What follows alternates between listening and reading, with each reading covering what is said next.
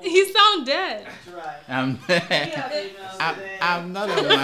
That what? Did you sleep? No, I didn't sleep. I did, but not. I'm done. It didn't. It doesn't count.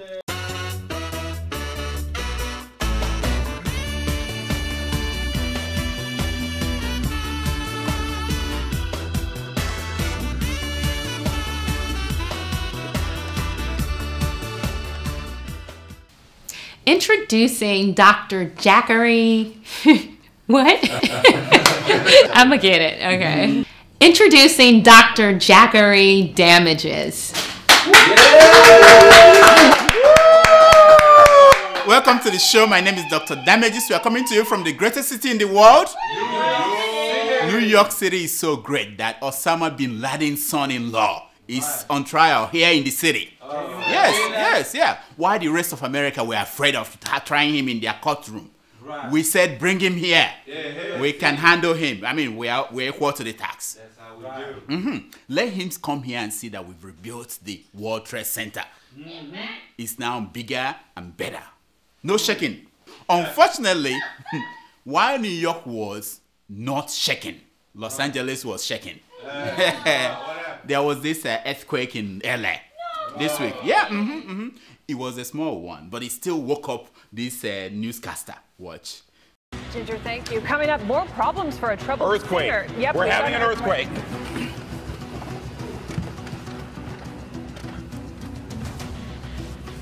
Okay, it appears to have stopped. Yep. We're gonna jump right now to Look at our cameras behind us. I know. I panicked the same way when I heard that winter is finally over. Do you know how long this winter took? This week, we escaped from winter and entered into spring. Nigeria hopes to make the same kind of transition after its national conference. Oh yes. Nigeria is having a national conference. It's a very big deal. I heard about it. The conference is going on in Abuja as we speak. Yeah. Right. Hold on. Eh? What? Okay, never mind. They said they are taking 1 week break after the opening ceremony. they want to figure out the seating arrangements. They couldn't agree. Yeah? What happened was that small boys and small girls were sitting beside elder statesmen. No, that is, of course, it's a no. Now, 492 wise men and women will discuss all the sticky issues holding Nigeria back. Including corruption. Yeah, so the sticky issue. You know that there was a time that Nigeria was at the same level of development with Singapore, South Korea, and Malaysia. Yeah, in the 60s. Yeah. If not for these sticky things like this one, this one. While inaugurating the conference, President Jonathan tasked them, the wise men and women, to relaunch Nigeria. I know some of you are skeptical about the abilities of these wise men and women to relaunch Nigeria. Yeah. When I call them wise men and women, some of you may think I'm trying to be funny. That's exactly what the Secretary to the Federal Government, Pius Anyim Pius, called them. Watch him. Mr. President, I am delighted to welcome you to the assembly of the nation's great men and women of wisdom. Yeah. Really? He said it, yeah. I'm delighted to welcome you to the National Conference Assembly of the nation's great men and women of wisdom. I'm an eternal optimist. I trust that they will go deep inside themselves and find the solution to our problems. Yeah. Thank God I'm not alone. Even President Jonathan agreed with me. Watch him at the inauguration. The strongest nations in the world today also went through their own formative stages. Some for decades, some others for centuries. Yeah, he said it. The strongest nations in the world today also went through their formative stages. Some for decades, some for centuries. Really? I hope he's not saying that we're going to continue on this for centuries. I hope that's not the plan. Now, these wise men and women will find solutions to our problem only if we give them sufficient sleeping allowance sorry. I mean sitting allowance. The 4 million naira a month will not do it. These are chiefs, princesses, and kings, for crying out loud. They need assistants. They need drivers. Yes. They need cooks. Yes. They need people to take notes. Oh, yes. And even speech writers. Yes. I mean, this government must be silly. Yeah? How can you expect these men and women of timber and caliber to use just small 12 million allowance to take care of all these things? That money is not even enough for high-priced Abuja pimps and prostitutes. You know, they need take care of them at night. Now, there was little trouble with the Southeast delegates, the Igbo people who went to the conference. The governors of the region appointed one Alhaji Ike Nwachukwu as the leader of the Igbo delegations. Okay. I see nothing wrong with having an Alhaji lead the Igbo delegation. Wow. It's just that it's too old school. Yeah. This is not the 1980s. The people who make impact today are the resource control people. Yeah, I said drop the Alhaji, pick Asari Dokubo or somebody like that. As soon as President Jonathan inaugurated the conference, he jumped into his plane and headed out of the country. He will be out for 6 days, and he will tour 3 nations. It's been a long time since President Jonathan traveled abroad. Right. Over 2 weeks. Can you imagine the horror? Can you imagine the horror of staying in the same house with Patience Jonathan for 2 weeks? What? Who wrote that? Who wrote that crap? I mean the horror of staying in Nigeria for 2 weeks in a row, listening to all of you complaining, making these your stupid complaints. What do you mean? Why is the president going abroad? Didn't you hear that a plane is missing somewhere in Malaysia? Yes. Right. Who are you expecting to find the plane other than the retired fisherman? He has experience with, well, anyway. Talking about ministers traveling abroad, our own Ngo baby, Mrs. Ngozi Okonjo-Iweala, you know her? The Honorable Minister of Finance and the Coordinating Minister of the Economy. Big title. Yeah. Recently went abroad to counter the negative stories the likes of Sanusi Lamido Sanusi has been peddling abroad. She granted an interview to CNN's Farid Zakari. Yeah. She was asked, why was Sanusi fired from the central bank? She said, I believe that when you find problems, you should also find solutions. Yeah. Isn't that smart? I'm not making it up. Go and read the transcript. When you find problem, you have to also find solutions. If anyone had told me that she was the one writing those comments under Sahara Reporter stories, I wouldn't believe it. That's the kind of comment we read every day. I didn't know that it wasn't God baby. Now, when she was queried about the anti-gay law bill signed by President Jonathan, I think we need to unpack the laws for them to see, between being a gay person and between same-sex marriage. She said, give us time. We will evolve and unpack the anti-gay law. Oh, yes. The anti-gay law will be unpacked. We shall see. But before Jonathan's government unpack that, there is something that they urgently want to unpack first. What's that? The oil subsidy. The Petroleum Minister, Diezani Alison Madueke, she said the other day, watch. We are aware that the government has sought to deregulate the downstream sector. And continuing regulation, we are all aware as well, has several negative effects. It is fiscally unsustainable. Stop her there. She said it. It is unsustainable. What that means is that the oil subsidy is a goner. All you people, remember that you had it first here. Here. Yes. Okay, go on, Jonathan's sweet Brent. Go on, tell them. It distorts demand, it discourages investment, and principally, it benefits the rich, not the masses in the society that we intend to reach in the first place. She said, I'm sure you've heard that before. The rich is benefiting from this oil subsidy. Right. And this government, they hate the rich so much that they want to remove it. Yes. They want to remove it. Whatever happens to taxing the rich? Eh? Why is that not an option? Anyway, now I know what some of you will start doing tomorrow. Eh? Once it's about oil subsidy, people will start inventing lies and spreading it around. Ngo baby. Warn them for me. It's very puzzling to me that people can invent this as a lie, and spread it around.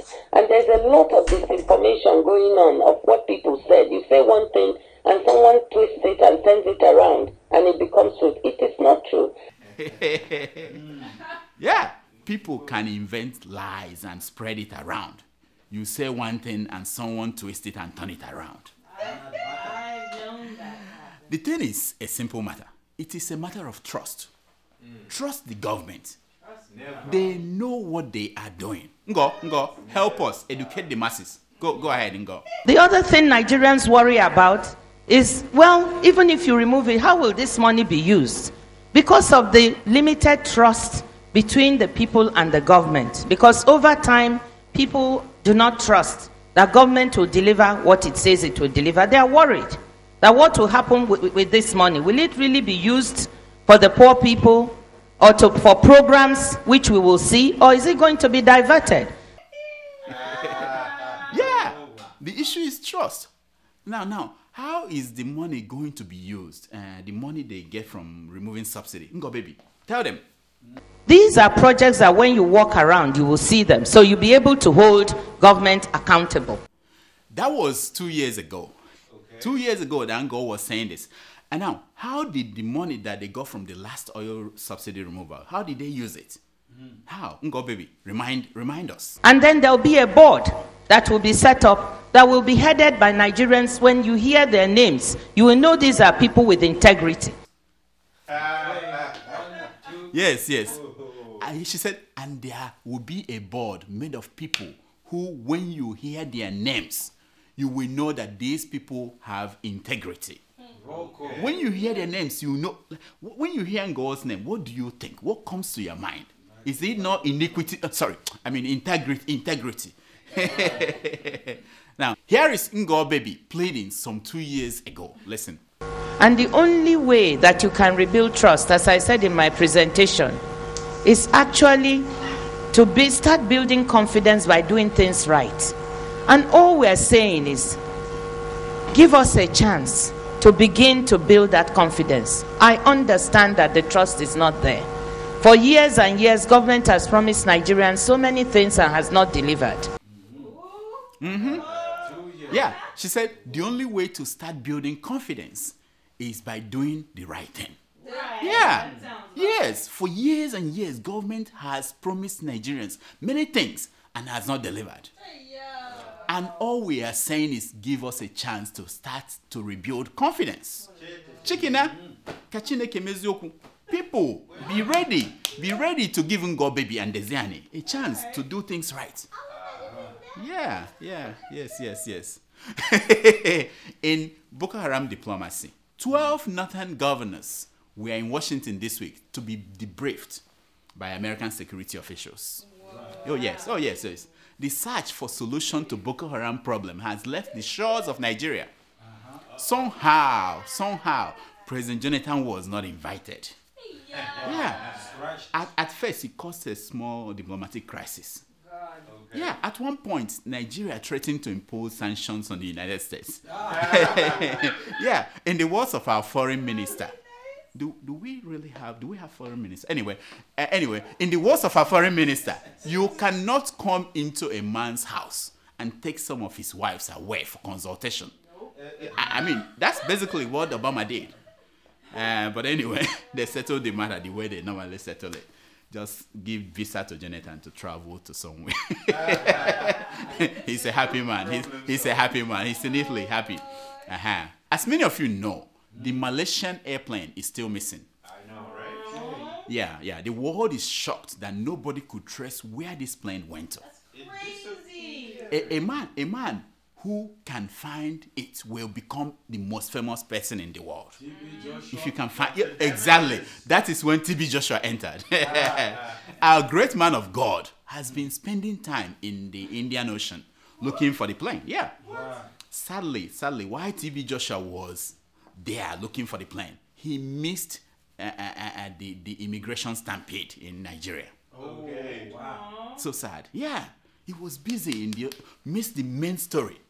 Back in his bed. Now, unlike charity, prophecy does not have to begin at home. Charity begins at home, but prophecy, you can begin abroad. And that's where TB Joshua is performing well. Abroad, not at home, Yeah. In sports news, at the U-17 World Cup, Nigeria defeated Colombia this week. Yeah, we are now in the quarterfinals. Is Zimbabwe playing? Is Zimbabwe playing? Yeah, right. So my question is this. How come nobody is offering these young ladies free sex? If this were to be our male team, the National Association of Prostitutes will have given them an incentive to win gold. Why is it that this is discrimination, my people? This is not fair. That is not correct. Yeah, that is not. Jonathan, talk to them. That is not correct. Not correct. Yes. That is not correct. Here are some stories making headline news across Nigeria this week. Fuel subsidy must go, says Allison-Madueke. Yeah.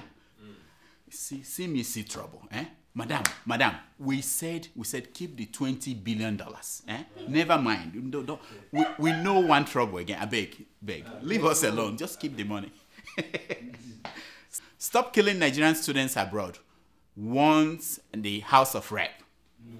And Nigerian students have been killing them abroad, and now the House of Rep is warning all these countries to stop killing Nigerian students. And they added, or else we will rebuild our universities. If they don't stop killing, they will rebuild our universities.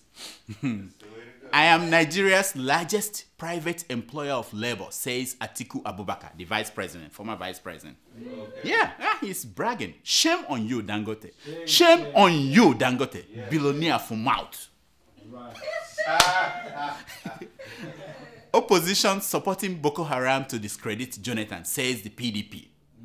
Exactly, that is the point I've been making. That is how they supported this stampede to discredit Jonathan. Opposition. This opposition. Yeah. Nigeria's oil reserve drops from 40 billion barrels to 35 billion. My goodness. So they are even stealing the unborn oil. They don't even let it to come out. Right there. Jonathan queries Moro. Is it Moro? Is it Mumu or Moron? That's the minister for Interior. Yeah, Moro, Muru, Mumu. Over the incident, the deaths at the Stampede. You know what the next step was? That's step number one. The next step was he set up a panel to look into that. The panel will now report to another panel. And then we wait and wait and wait and wait and wait. I hate dubious, untrustworthy people, says former President Olusegun Obasanjo. Oh, please. Yeah. That's exactly what the wife of Gbenga, Obasanjo's son, said when we approached her. I don't know why. She was talking about the father-in-law, and she said, I hate dubious, and I don't know why. Anyway. Covenant University bans the use of tablets, iPad by students. What? It's terrible. Now boys are going to go back to hiding Playboy magazine under their mattress. Oh, wow. Nothing wrong with that. They don't sell them anymore. Pastor uses machete on wife for missing church program. Oh, wow. It's very terrible. My question is, what will this pastor do when his wife misses her period? In length. I mean.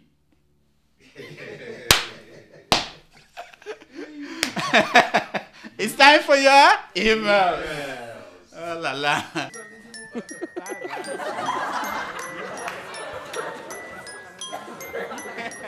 It's time for your email. Do we have emails today? You know they write all the time. All right, let's hear them. Okay, our first email is from Dami in Aberdeen, UK. He writes, Dear Dr. Damages, Firstly, why does your show always comes late on the YouTube? Once I finished watching the delectable Adiola show, I was looking for your latest episode. Please do something about this. Secondly, it was delighting seeing you in Asarok. Oh, sorry, your new theater or diagnosis office. Congratulations. At least you use your own share of the 20 billion loot to improve your office. In some culture, when a man builds a new house, he moves into it with a new wife. Hope you're now planning to change tomato juice. I never thought about this. I think I like this guy. Keep going. Let him keep going. Yes. Anyway, he's not done. He's not done. Oh. He continues. Thirdly, Dr. Damages, can you please let us know what is happening to the National Hospital in Abuja, where medical personnel will be hired on a monthly salary of 200,000 naira, only to be paid 60,000 naira or 70,000 at the end of the month. This is one of the reasons why the staff are on strike at the present. The case of my cousin is such that she has to buy her own equipment and furniture in order to function as a pathologist. Fourth, it was interesting seeing Colonel Katanga. Stop it there. Dammy, you take style past one paragraph that we recommended. We said just write one paragraph, not two.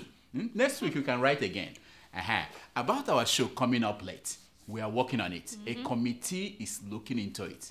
After the committee finishes, we pass it to another committee. But this week is going to be better.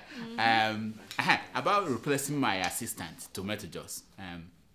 She has promised to go to school to learn how to operate our new machines. Why not? Yeah, or else we'll get rid of her. But she's going to school. Next.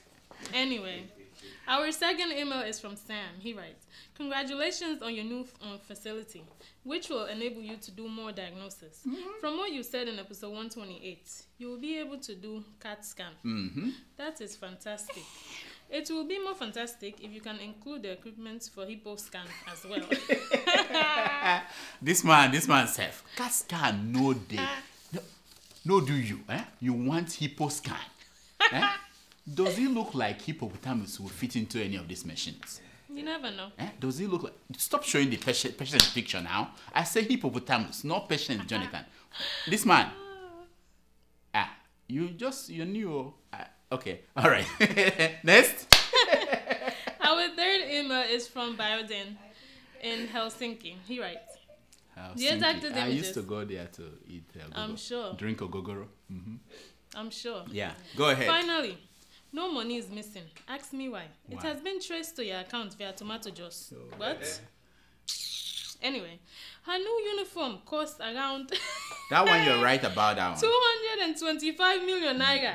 And her new shoe costs 100 million naira. You need to see your new studio costs about 1 billion naira. I researched on all the above figures via Federal Minister of Finance at Abuja. Don't ask me about the research paper. I therefore declare that no money is missing. You only spend it. Please tell Mrs. Damages to always stay at home. We are behind tomato juice. Keep chopping our money. Sorry, Dr. Damages. The above data is not correct. That is not correct. Abiodu, you are looking for my trouble. The more you people mention $20 billion, the more you piss off Diezani Alison and Okonjo-Iweala. Don't make her remove the subsidy before Jonathan returns from this trip abroad. Don't. Next. Our fourth email is from Dwayne. He writes, it has been our family routine every weekend to watch and listen to your show. You are doing a good job. On a serious note, what is our opinion about this? It looks like the Boko Haram killings are not really Boko Haram again. It is a grand plan to make northern part of Nigeria very hostile, non-conducive, and dangerous for the next 2015 election, since your amiable president knows that he will not be able to win northerners' votes in 2015, as he did in 2011. Wow, I've been hearing this a lot, but seriously, I don't think the National Security Advisor, Colonel Dasuki, and the Defense Minister, Aliu Gazo, will be part of this plan. Seriously, they are not going to be part of this plan to destroy northern Nigeria. That's their hometown. Don't you think? I don't know. Don't ask me. You don't even know where the hell Nigeria is. Next. Hey! Our fifth email is from David in Port Harcourt, Nigeria. See, I know the names. Port Harcourt. Yeah. He writes, Dear Dr. Njagri Damages, I commend you greatly for your ridiculous diagnosis on our Niger. Ridiculous? Ridiculous. Can't wait for a new episode each week. In fact, I watch only your channel on YouTube. I suggest you remain in New York, because the way you criticize DEJ. What will you do if DEJ is re-elected? I suggest you go close down your clinic. LOL. As for Tomato Joss, on her 16th birthday, 16? Yeah. I will wait till she reaches 18 to drag her from you. Lest I forget, I will give you my Android tablet for free, so you can stop reading mails with paper. All the best. What is this man talking about? Listen, man. If President Jonathan is not re-elected, I will go into exile. Think of it. My job will be done. Do you think I can play someone like Nuhu Ribadu? A very small, short man. What am I going to do with my leg? So I need Jonathan re-elected. He's my man. Next. Our final email. No. Our 6th email is from Shehi in Gobe, Nigeria. He writes, Doctor, if at the end of General Aliu Gasau resigns as defense minister, who will you recommend to take up his job? Oh, very easy. Dokubo. Oh, yeah, very easy. Asari Dokubo won't be good. He talks too much. The ideal person would be Kosi or Jacko. Think of it. I know it doesn't make. Think of it. Once she makes an appearance in Maiduguri, Boko Haram members will disarm themselves. I mean, it's close to heaven that, once you I will pray for you. Anyway. Speaking of heaven, I will pray for you. Next. Our final email is from Ibrahim in Bangladesh. She writes, Hey Doc, how are you doing? He, Ibrahim. Is it she? Is he? Ibrahim. I said he. Oh, okay. You said she. No, I said he. Replay that tape. Our final email is from Ibrahim in Bangladesh. She writes. Go on. We'll see. Anyway, our final email is from Ibrahim in Bangladesh. She writes, Hey Doc, how are you doing? Could you please, can you give me the difference between Dr. Damages and Keeping It Real? Happy birthday to our golden and talkative queen, Tomato Joss. But are you serious she turned 16? Wow, by the way, happy birthday once again. Keep it up. Keep up the good work you're doing. Thank you. Now, people have been asking these questions. Do I look like Keeping It Real? Okay, I will explain it once and for all. This is very simple. If TB Joshua poops on the pulpit, Keeping It Real will not mention it. Me, it will be the lead story on my show. Another difference, you can never catch me dancing like this, pointing at the sky. No, you can't. It doesn't happen here. And finally, why Keeping It Real believes that to save Nigeria, you have to first save Africa. We here, we believe that if Obama wants to save the world, he must first save Africa. And if he must save Africa, he must save Nigeria. To fix the world, you must fix Africa. And for you to fix Africa, you have to fix Nigeria. And if you don't fix Nigeria, then you must fix Nigeria, because that's the highest concentration of blacks. Nigeria. That is how we do our thing here. Anyway, that's all the time we have for emails. Send your email to drdamages@gmail.com and then follow us on Twitter at Dr. Damages. Okay, now, this is my concern for today. It's taken from the book of Mark Twain, chapter 2, verse 24. And it says, the 2 most important days in your life are the day that you are born and the day that you find out why. Yes. Until next time, I'm Dr. Damages. I diagnose. You heal yourself. Thank you. So, do you know why you were born? That's not the matter. Why you wearing pink today? Were born? You just dress up and hang around. Last week, you were laughing at Obama for wearing pink. What's this wrong? week, look at you. What? I want to be like Obama. What? Hypocrite. Forget it. Forget.